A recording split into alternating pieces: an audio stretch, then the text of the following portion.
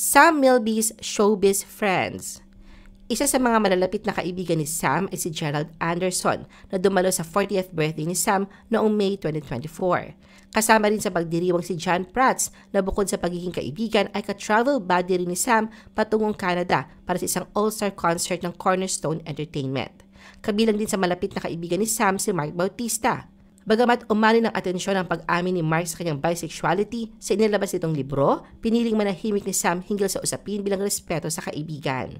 Makikita naman ang kasiyahan sa samahan ni Sam at Inigo Pascual sa isang viral video kung saan tinutulak ni Inigo si Sam papalapit kay Catriona Gray habang kumakanta. Kaibigan din ni Sam si Angelica Panganiban na nilinaw niyang walang namuong romansa sa pagitan nila noon ngunit hindi niya isinasara ang posibilidad dati.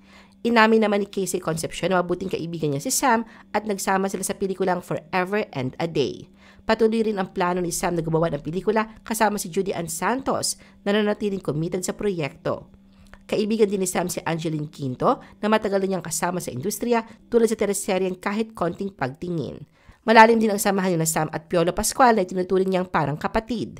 Itinuring naman ni Sam na nakababat ng kapatid si Moira de la Torre na minsang tumira sa kanyang kondo.